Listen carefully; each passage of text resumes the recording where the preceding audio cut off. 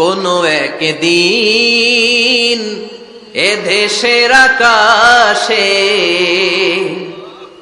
কালিমার পতাকা উড়বে, সেদিন সবাই খোদাই বিধান পে দুঃখ বেদনা ভুলবে। কোনো একদিন এদেশের আকাশে কালিমার পতাকা উড়বে, সেদিন সবাই খোদাই বিধান পে দুঃখ বেদনা ভুলবে। চিৎকার করে বলেন ঠিক কিনা? এই স্বপ্ন প্রতিটা মুমিনের অন্তরে থাকার দরকার আছে না নাই?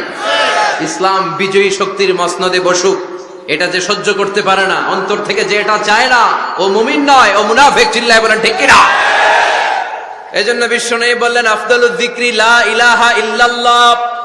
জিকিরের জগতে সব চাইতে শ্রেষ্ঠ জিকির হলো লা ইলাহা ইল্লাল্লাহ। এজন্য সব সময় চমৎকার শ্রেষ্ঠতম জিকিরটা দিয়ে জিহ্বাটারে ভিজায় রাখার দরকার আছে না নাই?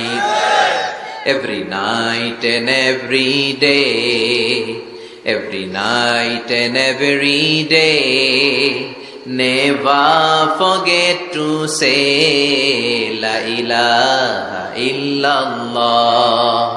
Never forget to say la ilaha illallah.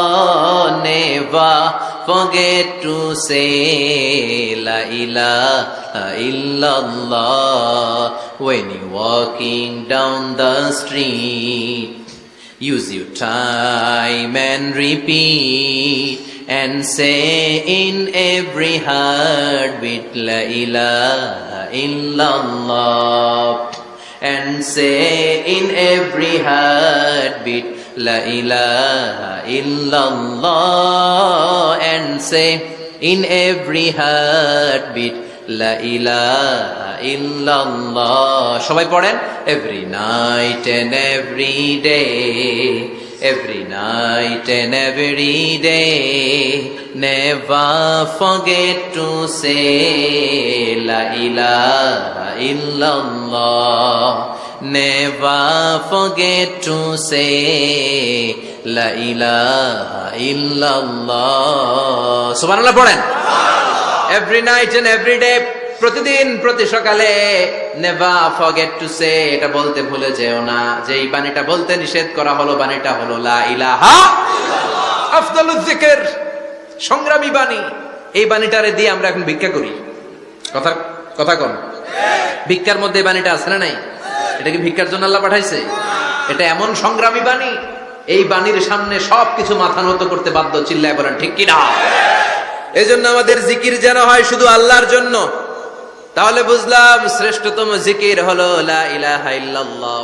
আবার বিশ্বনবী বললেন আহাব্বুল কালামে ইলাল্লাহি আরবাআ, আল্লাহর কাছে চারটা কথা সবচাইতে প্রিয়। চিল্লায় বলেন কয়টা?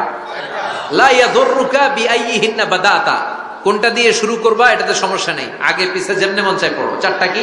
একটা হচ্ছে সুবহানাল্লাহ, আরেকটা হচ্ছে আলহামদুলিল্লাহ।